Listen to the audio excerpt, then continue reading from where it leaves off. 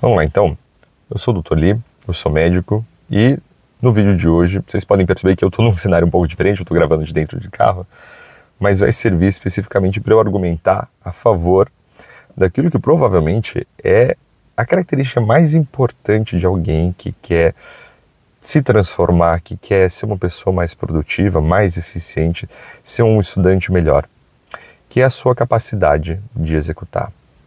Quando eu digo executar, eu quero dizer você pegar um plano seu e colocar ele em ação, não importa o que aconteça. Executar em última instância significa isso, você colocar o seu plano em ação, não importa o que aconteça. Então, por exemplo, se você se propõe aí, por exemplo, na academia 3 vezes por semana, não é incomum que você comece a arranjar desculpas porque você está cansado, ou porque está chovendo, ou porque, sei lá, você precisa dar água para o cachorro e aí você decide que naquele dia você não vai. Não é incomum, por exemplo, que se você decide estudar 2 horas por dia, você comece a procurar desculpas para você não executar. E o exemplo do carro que eu estava falando, né, é exatamente a mesma coisa. Eu não consegui gravar em casa hoje, porque eu tinha visitas, né? E aí eu poderia muito bem só não gravar. Eu poderia muito bem só deixar de lado, porque afinal de contas a internet também não está funcionando. Eu subi um vídeo e ele ficou pela metade, né? E aí eu poderia só não gravar e deixar por isso mesmo. Mas eu prefiro gravar dentro do carro, eu prefiro gravar com um cenário que não é o meu cenário habitual, eu prefiro gravar com pouca estrutura, eu não estou usando a câmera frontal, não tem iluminação, como vocês podem ver, do que não gravar. Manter a minha consistência de gravar todos os dias, postar todo santo dia é muito mais importante, efetivamente, do que gravar sob condições perfeitas. E aí, quando a gente está falando de perfeccionismo, o que a maioria não, mas algumas pessoas vão argumentar, né? Em defesa própria, dizendo que elas são perfeccionistas e é por isso que elas não gravam, e é por isso que elas não fazem nada, é porque elas querem que tudo seja perfeito. E tem 2 coisas para a gente destrinchar aí. Primeiro, que eu não compro muito esse discurso de alguém ser perfeccionista, alguém falar assim que gosta tudo nos mínimos detalhes. Todo mundo gosta dos mínimos detalhes em tudo. Todo mundo. Não existe uma pessoa que não gosta de detalhes, né? Todo mundo é detalhista. A diferença é que você pode muito bem usar essa desculpa para não executar nada, e aí, me desculpa, mas aí você não é perfeccionista, você é só uma pessoa meio covarde, né, meio medrosa, que usa isso como fachada para não tomar nenhuma atitude, né, preguiçosa também, porque não, me desculpa, mas é verdade, né, ou você simplesmente está se escondendo aí atrás, né, de um falso desejo de ter tudo certo, de esperar as condições perfeitas, que nunca vão chegar, sinceramente, nunca vão chegar, né? Se você ficar esperando as condições perfeitas para você tomar alguma atitude, elas não vão existir, né? As suas condições perfeitas, elas nunca vão existir. Para pensar, né? Existe uma condição perfeita mesmo, por exemplo, para estudar para a prova? Eu digo prova porque muitos dos seguidores aqui do canal são estudantes. Existem condições perfeitas para você fazer prova? Não existe. Não existe. No dia vai acontecer alguma coisa, vai estar frio, algum colega do lado vai tossir, você ao longo do caminho teve algum problema com a família, brigou com o namorado, namorada. Não existe. Sempre vai ter algum problema. Na sua vida adulta também você vai ter problema. Se você já não é adulto, porque pelo amor de Deus, né? Eu imagino que todo mundo aqui seja adulto já. Mas você vai ter problemas. Você vai ter problemas. E quando tiver problemas, o que vai acontecer? Simplesmente não vai trabalhar? Você simplesmente vai deixar suas responsabilidades de lado, porque afinal de contas, as condições para trabalhar não estavam perfeitas, né? Que nem quando você estava indo estudar. Não estava perfeito para você estudar e você não foi bem. Né? Quando você avança para a sua idade adulta, você percebe que essa desculpa ela não existe mais. Né? Se você tem filho, com certeza você sabe disso melhor do que eu. Né? Não tem desculpa, quer dizer, você pode dar essa desculpa, mas caramba, você está, na verdade, prejudicando a criação dos seus filhos por uma desculpa sua, porque não tinha as condições perfeitas. Né? Você faz o que pode e faz o seu melhor sempre. Né? Seu filho não vai nascer, crescer a pessoa mais perfeita do mundo, mas dentro da sua possibilidade você deu o seu melhor. Né? Isso serve para qualquer outra coisa. Eu falei do exemplo do trabalho também, né? Quer dizer, não existe condição perfeita para o seu trabalho que está esperando isso acontecer, mas você não pode simplesmente não dar as caras no trabalho porque, olha só, dessa vez não deu, né? As pessoas contam com você. As pessoas contam com você. Em todas as áreas da sua vida, conforme você avança em termos cronológicos, né, normalmente você adquire mais responsabilidade. Então, não necessariamente você constitui família, mas profissionalmente, conforme você avança nos seus cargos, você vai ter pessoas dependentes de você. Você pode não ter um estagiário, você pode ter uma pessoa júnior, né? Se você quer ganhar mais dinheiro, aliás, o único jeito é que você adquira mais responsabilidade, inclusive. Então, não tem muito escapatória, né? Se você quer chegar em algum lugar na vida. E aí, se você tem pessoas dependentes de você, se você tem clientes dependentes de você, você não pode se dar o luxo de falar, não estava perfeito, então não consegui fazer. As pessoas dependem de você. Pode não ser perfeito, mas você fez aquilo que você podia. E essa talvez é a chave para você conseguir ativar essa característica de ser um grande executor, ser uma grande executora, uma pessoa que toma atitude, né? Engraçado, essa história de atitude, só um parênteses muito engraçado. Sabe que quando eu fui para Ouro Preto, assim, muitos anos atrás, e fiquei numa república que eu não vou nomear por razões óbvias, né? Mas fiquei numa república, que é uma república muito antiga, de Ouro Preto, e eles tinham uma cachaça que chamava Atitude. Porque na visão deles, todo mundo tinha que tomar um pouco de atitude. Bom, então, fechando parênteses, eu acho que é um pouco disso, assim, para você virar essa chave dessa tomada de atitude, é você perceber que você faz o que dá, né? Você faz o que dá com a esperança de que seja suficiente. Óbvio, né, cara? Tem que tomar muito cuidado, porque quando eu digo assim, faz o que dá, não significa também você empurrar com a barriga e falar assim, não, eu fiz o que deu. Você vai fazer o seu melhor. Fazer o que dá significa você fazer o seu melhor sempre, né? Você se dedicar com amor, com carinho àquilo que você está fazendo. Você abraçar a causa. Isso é você fazer o que dá. Fazer o que estava dentro do seu alcance. Fazer aquilo que você podia fazer, é isso. Não é você, sei lá, empurrando com a barriga, que é o que a maioria das pessoas dizem, né? Quando você pega as pessoas que realmente transformam as suas vidas, e cada pessoa vai ter seu parâmetro de transformar a vida, mas de forma geral você consegue reconhecer que alguém ou mudou de vida no sentido profissional, tipo, atingiu grande sucesso profissional, ou chegou num ponto da carreira que ela queria chegar, ou não sei. Geralmente tá ligado à estabilidade material. Você vê que a pessoa paga um grande custo. Ela paga um preço caro por isso. E geralmente esse preço significa você abrir mão da sua vida social, abrir mão dos seus gostos, abrir mão do seu ego, geralmente, né? Abrir mão das coisas que você gosta, né? Você abre mão do seu descanso, né? E aí sempre vai ter um espertinho, sempre tem um espertinho que vem nos comentários e diz assim, não, mas essa é a fórmula do burnout, essa é a fórmula de uma sociedade doente. É verdade, você tem razão. Assim, mas eu considero que é um papo de espertinho porque, ok, é verdade, tudo isso que você disse é verdade, né? O custo de você chegar em algum lugar é esse. Você provavelmente vai ter burnout, você provavelmente vai descansar pouco, você provavelmente vai ficar doente. Qual a alternativa? Me diz qual a alternativa. Porque se você decide que você não vai fazer tudo, absolutamente tudo que está no seu alcance, se exaurir de todos os jeitos possíveis para chegar no seu objetivo, vai ter algum filho da puta mais ambicioso do que você, mais obstinado do que você, mais disciplinado do que você, mais esperto do que você. Ou se não for mais esperto, pelo menos vai ser mais teimoso do que você. E aí esse filho da puta vai pegar o seu lugar, independente do que for. Você pode falar disso em relacionamento, você pode falar disso em profissão, você pode falar disso em estudos, vale para tudo, né? E assim, relacionamento é uma coisa tão real, né? É uma coisa tão real, e eu gosto de fazer essa analogia não, esse paralelo entre relacionamento e profissão, porque as pessoas tendem a imaginar, né, e eu recebo muitos comentários, assim, muitas caixinhas que eu mando, que eu peço assim, para as pessoas responderem, tem perguntas sobre relacionamento. As pessoas tendem a imaginar que uma vez que você está num relacionamento, você tem que partir do pressuposto que a pessoa vai ficar contigo, mas não é assim.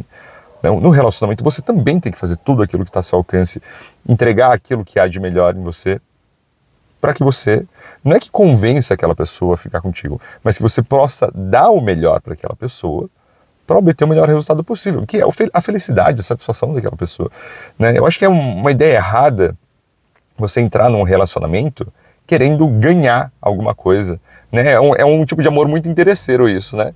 Assim, claro que você espera que você tenha um certo grau de reciprocidade, mas se você faz alguma coisa só esperando que venha a ser recompensado, né, você tá fudido, cara. Você tá fudido. Porque nem nos relacionamentos e nem no trabalho é assim. qualquer empreendedor consegue dizer quanto tempo leva para você ter o break-even. Né? Para quem não sabe, break-even é o seguinte: quando tu vai começar uma empresa, um empreendimento, tu vai ter um capital de investimento. Tu vai, sei lá, botar 100 mil, 200 mil numa loja, 300 mil numa loja. Esse é um capital que tu investiu. Aquele dinheiro sumiu. Tá? Aquele dinheiro sumiu. Tu vai ter que trabalhar por muitos anos para que aquele teu empreendimento comece a gerar dinheiro suficiente para tu primeiro, né, reaver esses 300 mil e depois tu comece a dar lucro, porque até então esses 200, 300 mil é um negativo, é um saldo negativo, né? E para a empresa continuar girando, tu precisa ter um capital de giro, tu tá ainda injetando dinheiro naquilo, né? Então tu não tá tendo lucro, demora.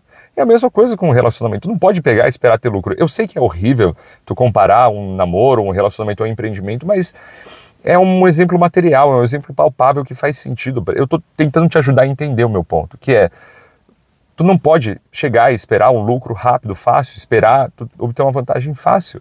Demora, tu entrega tudo de si por anos e anos e anos e anos e anos, até, de repente, tu começa a ter um pouco de retorno. Mas é sempre dando o teu melhor. Né? Eu vou trazer o exemplo da medicina de novo. Né? Quanto tempo uma pessoa na medicina precisa estudar para começar a pensar, a sentir o cheiro de alguma coisa? Mas é pelo menos 10, 12 anos, cara. Pelo menos. Antes disso, você vai comer o pão que o diabo amassou.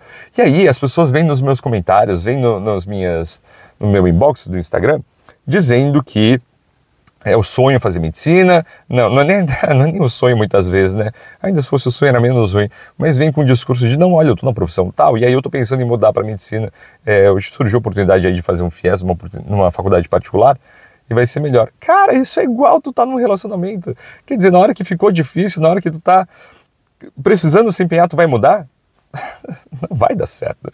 Porque até que comece a dar certo alguma coisa, vai levar 10, 15 anos. Na medicina você vai levar 10, 15 anos para começar a ter algum retorno. Num relacionamento, se na hora que tu tá investindo, tu não vê retorno, porque nenhum relacionamento dá retorno assim. Você tá com uma pessoa, não é porque você quer ter retorno, é porque você tem o objetivo de dar o seu melhor e fazer aquela pessoa feliz. Você tem o objetivo na medicina de se tornar um bom médico.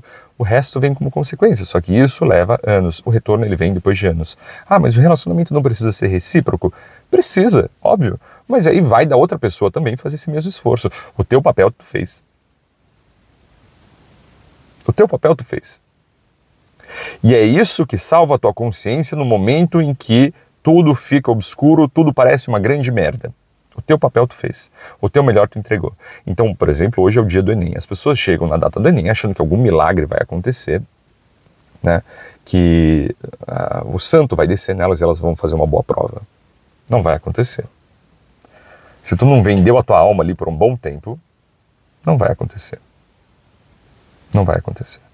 Tu vai brigar com a prova e vai ir mal.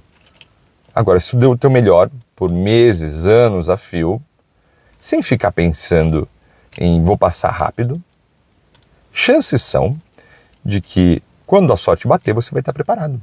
E é isso que tu tem que esperar que aconteça. Quando a sorte bater, tu esteja preparado. Sempre dando o teu melhor, sempre executando ao máximo, sempre não pensando no processo, sempre não buscando uma recompensa imediata. Tu tá dando o teu melhor, esperando que fique tudo bem. Parece um papo de autoajuda barata, né? Que o Steve Jobs disse isso em algum momento, que tu não consegue ligar os pontos olhando para frente, tu não consegue ver o caminho pré-traçado. São raras as vezes, para não dizer que é impossível que tu veja isso. Senão, caramba, tu era vidente e ficava multibilionário com isso. Tu salvava o mundo das guerras. Não, tu só liga os pontos da tua vida olhando para trás. Olhando sempre para trás, porque tu confiou que no futuro ia ficar tudo bem. E aí algumas pessoas podem chamar isso de fé. Algumas pessoas podem chamar isso de perseverança. Algumas pessoas podem chamar isso de resiliência. Tu dá o nome que tu quiser. Né? Mas a tua capacidade de executar, a tua capacidade de olhar para frente, não ficar pensando demais, só colocar em ação o seu plano, é o motor que vai te levar até o sucesso, independente de qual área seja. Tua capacidade de executar é o que vai te levar até o sucesso. Então é difícil, é desanimador. Como eu disse, esse é um vídeo que provavelmente tu vai lembrar nos instantes em que tudo pareceu obscuro, mas tu tem que lembrar, principalmente, aquilo que eu considero a mensagem principal, é que Tu não tá fazendo isso pela recompensa imediata, tu não tá jogando um jogo de curto prazo, tu não tá fazendo isso porque tu quer a resposta aqui agora, tu quer a recompensa aqui agora, desculpa, não a resposta. Tu tá fazendo isso porque tu tá dando o teu melhor. E isso basta. Tem um poema muito bonito, aliás, não é um poema, desculpa, né, mas é uma fala muito bonita da Matilde Campilho, que é uma poeta portuguesa que eu gosto muito. Ela caiu, ela estava no hype assim, uns 10 anos atrás, e ela caiu no gosto popular e depois desapareceu da internet por conta disso. Talvez alguns de vocês conheçam ou não. E ela tem uma entrevista em um programa chamado Sangue Latino, que ela está sendo entrevistada pelo Eric Nepomuceno, não lembro qual era o sobrenome dele, mas enfim. Sangue Latino é o nome do programa e vocês procurem isso aí. E aí, ele pergunta, se não me engano, para ela assim, o que é arte? E ela dá uma explicação muito bonita e tal, que eu não vou reproduzir aqui porque eu vou massacrar o discurso dela com certeza. Mas em um momento ela diz assim que os médicos eles salvam vidas, eles salvam vidas inteiras, né? E a arte serve para salvar alguns segundos. E eu achei aquilo muito bonito, sabe? Porque eu penso que toda profissão é uma arte, toda obra é uma arte. Aliás, né, etimologicamente falando, né, a arte vem do ars, que vem do tekne, do grego, que significa o domínio da técnica, né? Até por isso, não sei se vocês sabem, mas arte não é você jogar tinta aí no quadro, fazer uma arte abstrata e achar que isso é arte contemporânea. A arte significa, etimologicamente falando, significa domínio da técnica, né? Então não é errado pensar que a arte que a Matilde Campilho está falando é o domínio da técnica. Então, no domínio da técnica, né, significa você salvar o segundo. Significa você dar o melhor para você salvar os segundos. Deixa que os médicos salvam as vidas, né? Bom, eu não acho que a gente salve vidas, mas tomando a liberdade aqui lírica, né, literária, desculpa, deixa que a gente salve as vidas, né? Deixa que a gente salve as vidas. Quando você estiver trabalhando, quando você estiver estudando, quando você estiver amando também, que amar é uma arte, você se preocupa em salvar os segundos que estão na sua frente. Se preocupa em salvar os minutos que estão na sua frente. O resto é consequência. Acredita que no fundo vai ficar tudo bem? Executa mesmo quando as condições forem adversas.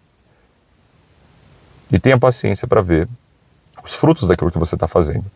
Não importa se você está gravando dentro do carro, se você está gravando no estúdio, não importa se você está estudando na biblioteca ou no quartinho que a sua mamãe preparou, que a sua esposa preparou. Você continua executando, independente das circunstâncias. Você dá o seu melhor, não espera um fruto e age com coragem. Olha para frente, dá um passo de cada vez, salva os seus minutos e vai dar tudo certo. No fundo, o que importa é que você deu o seu melhor e geralmente quando você é sincero, quando você dá realmente o seu melhor, as coisas vão muito bem, vão muito melhor do que você imagina. Mas você tem que ser sincero. Essa é a única regra do jogo. Você tem que ser sincero. Na hora de você executar, seja sincero. É isso. O vídeo de hoje é isso. A gente se vê na próxima. Até mais.